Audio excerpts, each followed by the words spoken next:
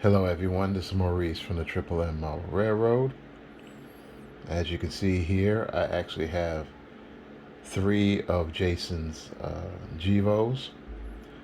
Uh, the Scale Trains GEVO, Tier 4, and two, um, I believe these are the first tiers of Tier 2 GEVOs from Intermountain. And actually this one here, this was here before as well as the SD70 ACE. This one actually has a speaker upgrade and I believe some other things if I remember correctly. But mainly it was a speaker upgrade. Uh, which sound that explains why it sounds so good. Actually, this one I have already programmed. I programmed this one and tweaked it a little bit to get it running similar to the SD70 ACE. Now I just have to actually try to speed match them. And this one, this is something new. It's the same model. Actually, you can see they're actually nicely weathered, light weathering. That was, someone did a pretty good job with that. And this one, I'm surprised this hasn't been weathered yet. I'm sure he'll probably get those weathered too. But these things look so nice, even brand new. Really, me personally, I don't want to weather them. But so let's see what happens. Now this one has to be reprogrammed actually. And have upgrade actually for this one. A file was upgraded, the sound file. I put a new sound file in this one. So I have to do the same for this one. Now, if you was looking at the SD70 ACE video, the last video I've done, I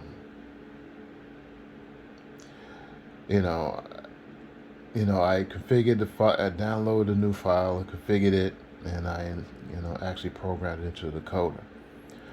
Now, with this setup, right now, with these two, since this one's already set up, I already have a sound file saved, so all I have to do is just import it over to this one.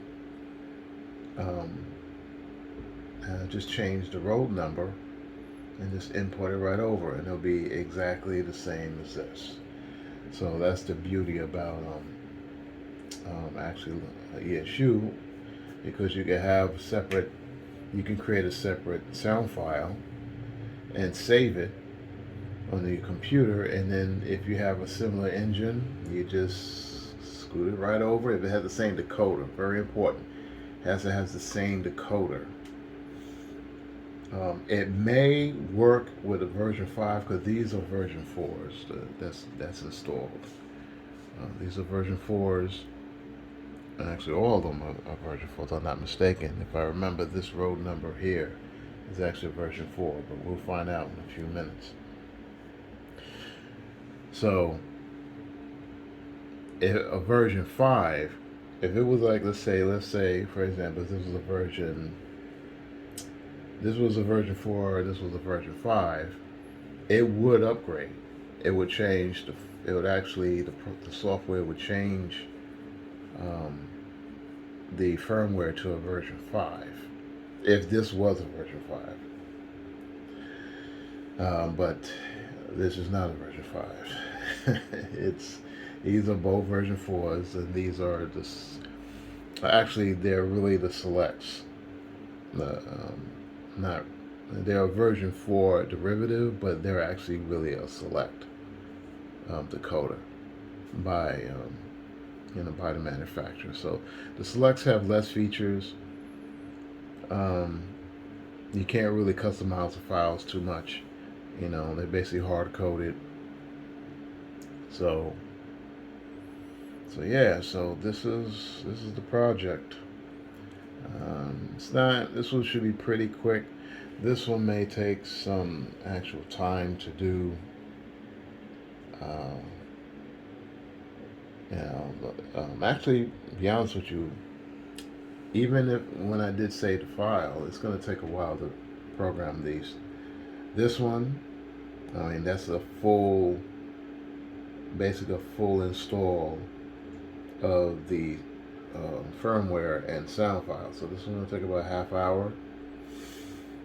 Um, and this one, the same thing. Well, not the same thing. I'm going to download a new file, updated sound file for this, and actually upgrade it. I just want to see how it sounds at first. I think it has the old original firmware that's on there, so I don't particularly like the first release. The sounds, it just sounded kind of funny to me. But actually, I think it was recorded from a CSX GEVO as opposed to an actual BSNF variant.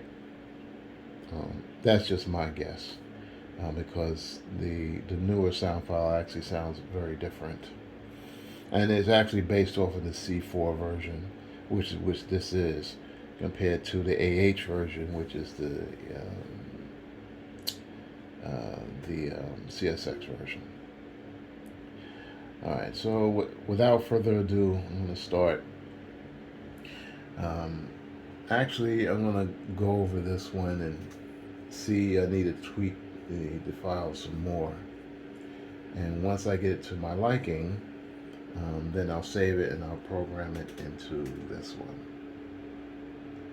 So we'll be right back. Alright, let's take a look and see how this performs. This is the default setup on this locomotive. So I didn't change anything at all. So let's see how everything works.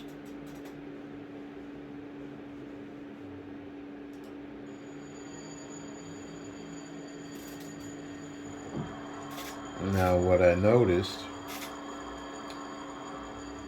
the way the decoder in this locomotive was programmed, just as well as this one, it starts up as soon as you turn on the track power. Very similar to soundtracks decoders. So basically, I eliminated that with this one. So this one, it doesn't start with track power.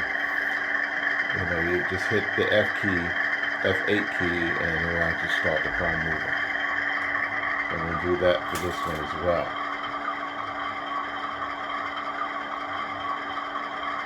Alright, it'll start up pretty good.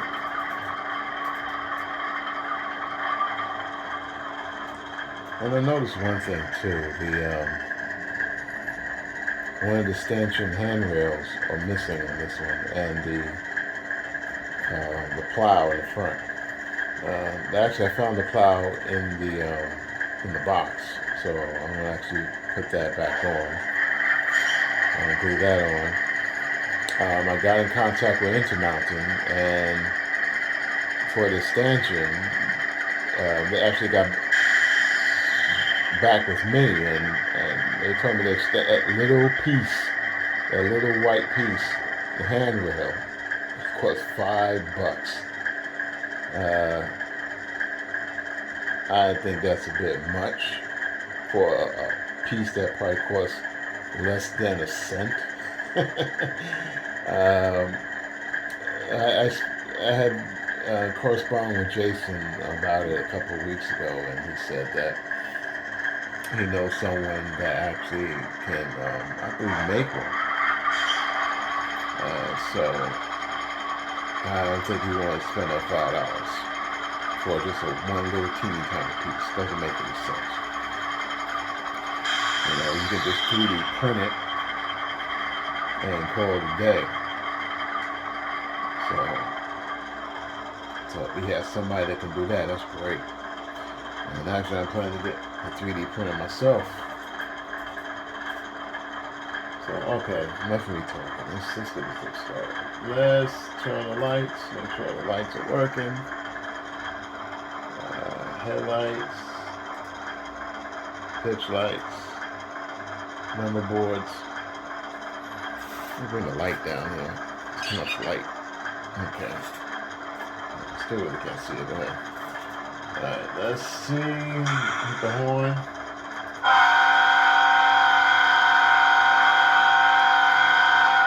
Okay.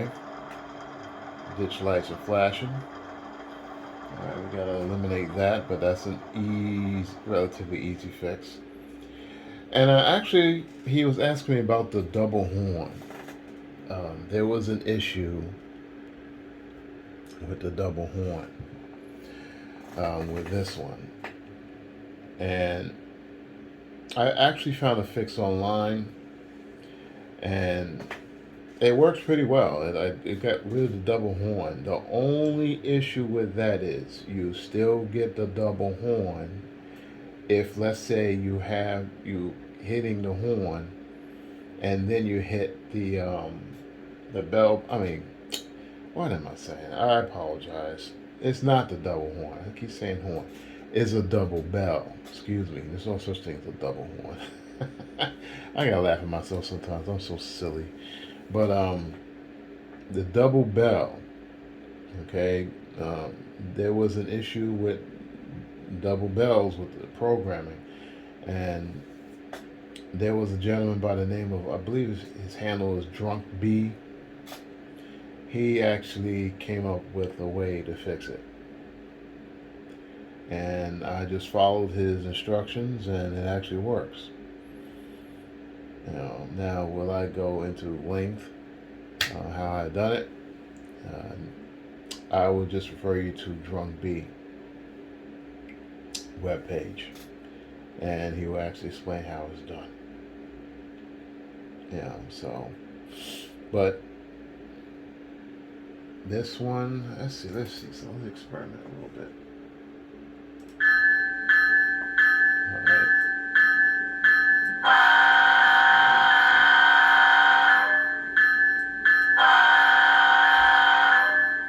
Now, this is the original sound file.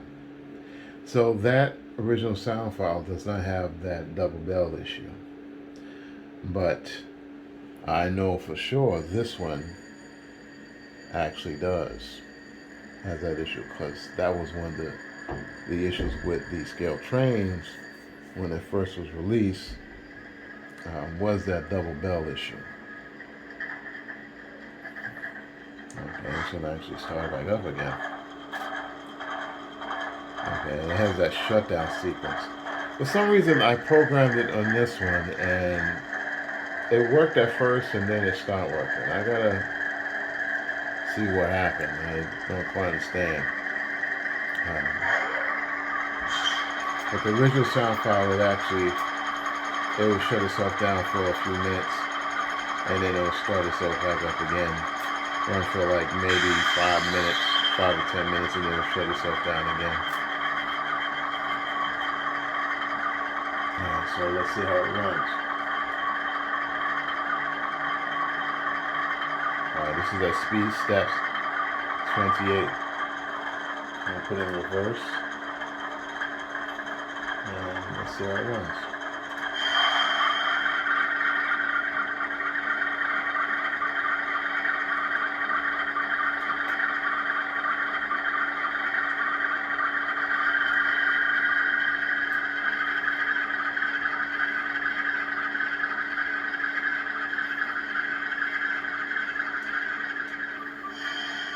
Smooth operation as usual. Alright.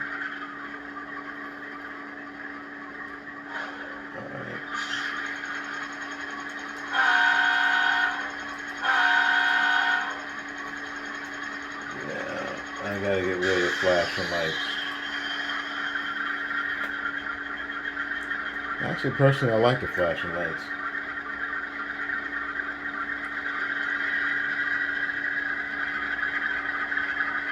But for BSNF, that's not.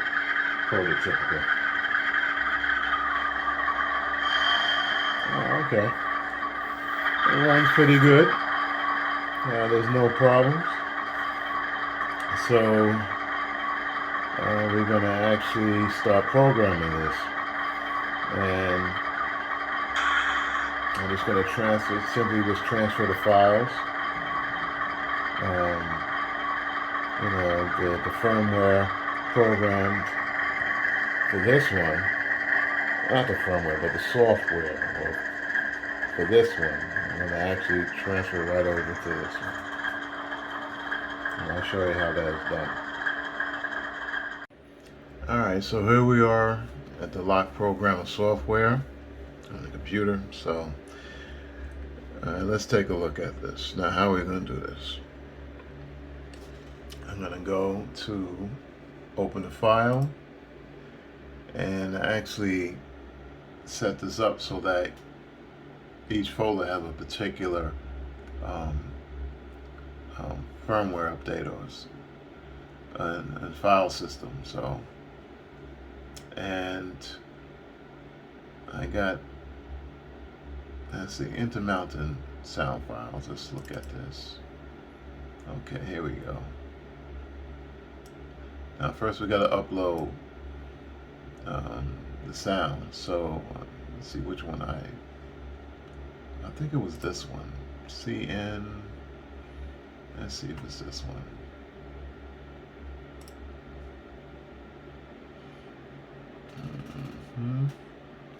Alright, it's going to ask me, I want to say the project. I say no. No, this is not it. This is not what I'm looking for. Okay, let's open up another one. I forgot where I put it. Let's see. Modded select. Let's see.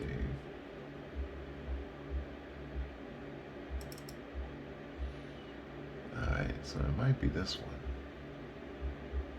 Let's see. That's it. That's the one. Okay. So now, all we got to do is, since we uploaded this, we uploaded to the actual program. So now, all I got to do, see right now is at road number 5782. And all we got to do is change the 82 to 60, which is the actual road number. And let's save it. You could have it just to save it. Hit the save button right here. And then we're going to upload it. Alright, and we said we're going to rewrite all the values, and we say yes or next, and it's going to update the firmwares. As you can see, it's writing the firmware. It's going to update it, and then once it updates, then it's going to actually do the actual download to the locomotive, and then we should be ready to rock and roll. Okay. Now I just gotta wait at least a half hour until this is done, and then we'll be right back. Okay.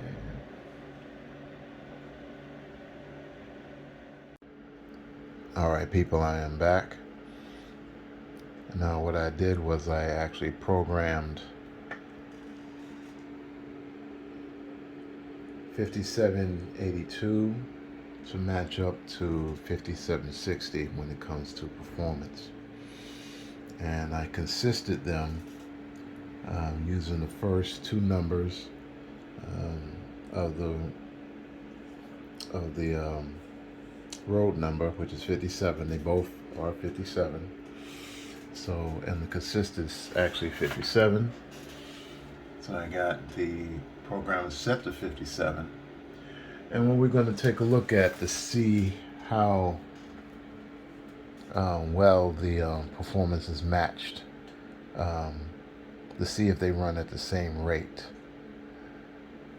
at the same speed. So let's take a look at it. Start it up.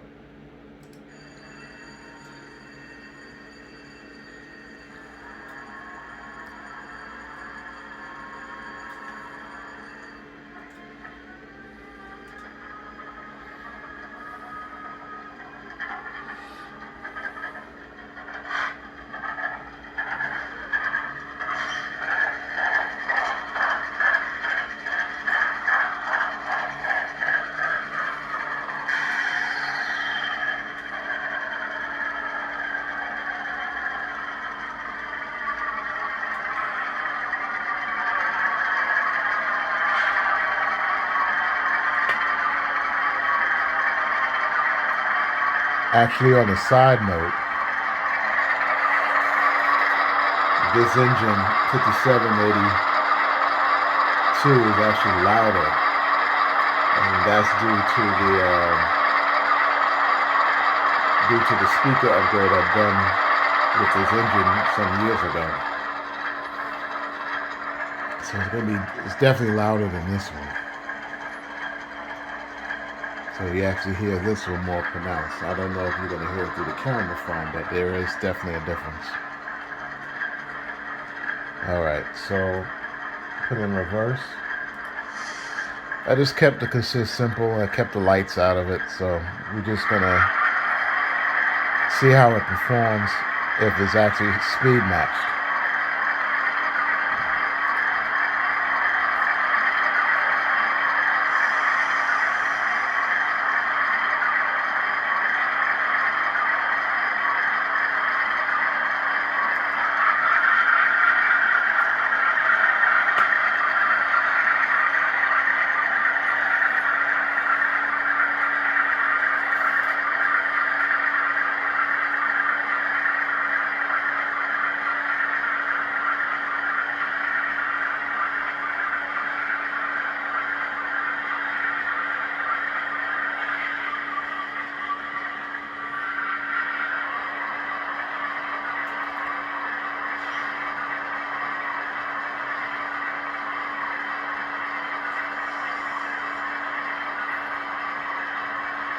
Alright, so far so good. Let's put it forward.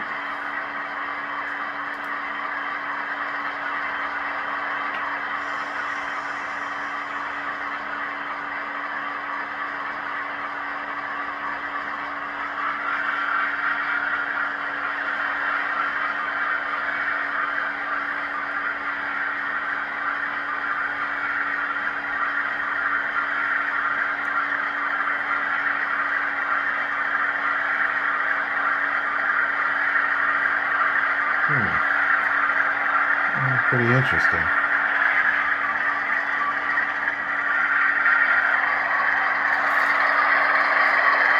We actually got a little closer. See, like 5782 is a little faster.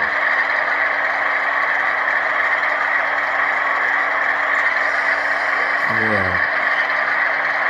5782 is a little faster than 5760. That's interesting. I have the same exact decoders.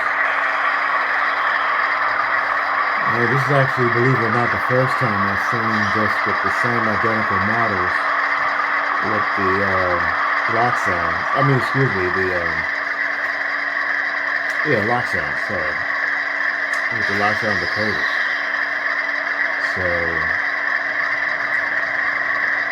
I may have to tweak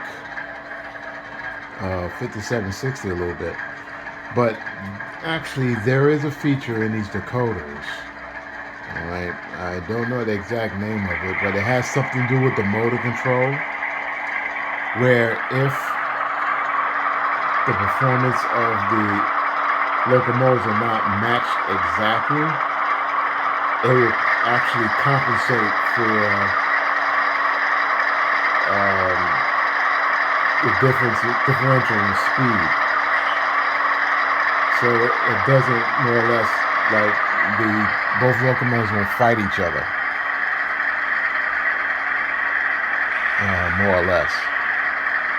So, and it's a good feature. I've seen it, I tested it, it does work. So it doesn't have to be exactly perfect when it comes to speed matching, when it comes to the ESUs. You can actually kind of get away with it. But you don't want it to be too dramatic, where it's pushing and pulling in some cases, where the engine will pull itself apart. Now, even with that feature enabled that I just mentioned, depending on what circumstances, when it comes to it, depending on your layout,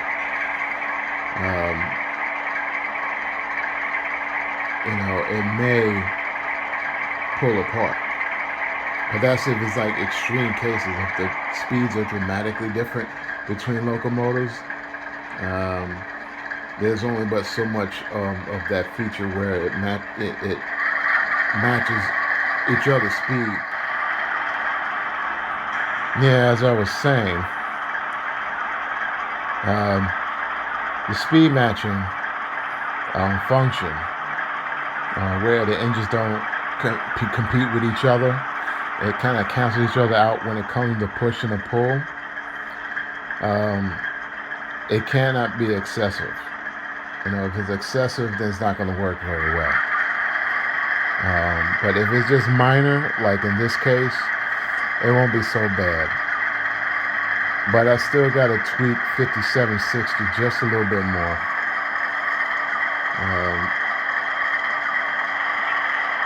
To get it to run, or try to see how I can get it close to matching 5782.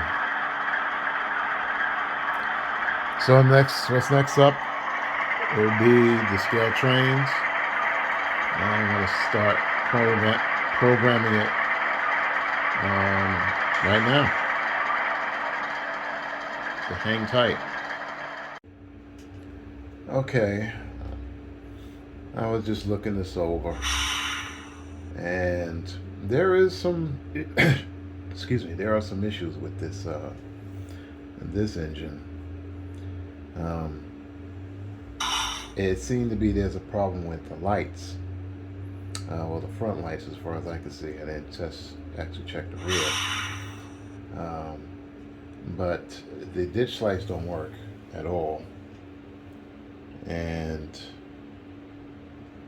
the lights are actually in reverse. So in other words, reverse, the front lights come on. So, and if he goes forward, the lights go out. So there's something wrong. There's some programming issues with this. Hopefully the ditch lights are the same. It's just a programming issue. So I got to investigate that further. And also, what I noticed too, and I had this problem with my own GEVOs from Scale Trains, is that the speakers that they have, there's actually two speakers that are installed in a baffle, sound baffle, that's located in the back of the locomotive, basically embedded in the chassis. Now, what's great about that is it doesn't reverberate around the chassis, the sounds. In other words, the Intermountains, especially this one here, the speakers are mounted in the back, right below the fan shroud, or the radiator shrouds. And the radiator shroud is a mix of plastic and etched metal. Now, where the etched metal is, it's basically this part here. That's actually etched metal clipped on to the plastic. And unfortunately, this model, if I remember correctly, this model was dropped one time. That's why Jay had sent it to me to actually try to address that issue. Now, the problem is the speaker itself is basically directly under this etched metal. So all the sound that's reverberating from the speaker hits that plastic and it vibrates through the etched metal, and it'll cause what's called it's causing a shimming sound. It's not clean, and since these speakers are louder, of course it's going to be worse. Now, as for the scale trains, the shimming is actually coming from the speakers themselves. They're not the greatest speakers in the world, I have to admit. They're not the best. Um, Now, you may ask the question, and you probably, some people may know who makes speakers that are actually better. And it goes to JT speakers. JT speakers are better, but I haven't tested them yet on my locomotives. Now, supposedly on Harold's machine, Harold's locomotive, his CSX, supposedly it had those speakers, and the sound was cleaner. There wasn't a lot of reverberation coming from the speaker housing or the speakers themselves. So I actually have one of JT speakers for my GEVO, but I haven't installed it yet. That I will have to test it on mine. So if I, so I can basically recommend it. I prefer testing stuff before I recommend it. It's just finding the time to do so. That's the hard part. I've been having less and less time to do this, to do this hobby. So I'm going to make it a point to actually test it. I do have the locomotive here with the speaker, so I have to basically tear the model apart and put it, and they're not. This model's a bit complicated because since it's in the since the speakers are inside the chassis itself, I will have to basically disassemble the chassis. Well, the top part, that is. I may have to either move or remove the decoder and motherboard. So it's going to be some work. It's going to be some work to get to do that. I don't know what Jay wants to do. He'll have to let me know. As for these, I'm going to tweak them a little bit more. I'll probably do that tomorrow. And probably get started with mine, with the speaker upgrade. Also, not only I had to do a speaker upgrade, but I also had to do a rear light change. Because the rear lights from the very beginning didn't work. So I actually got from Scale Trains, they sent me another LED light board to actually install. And so hopefully that will address the issue. So with this one, I'm going to look over the sound files. I'm going to see if there should be an update for this one. I have to get what's called the unlocked files. Now, issue with Scale Trains actually have a dedicated file. And I don't know if this is the original file, and maybe it's probably the original file, which is the Scale Trains customized file.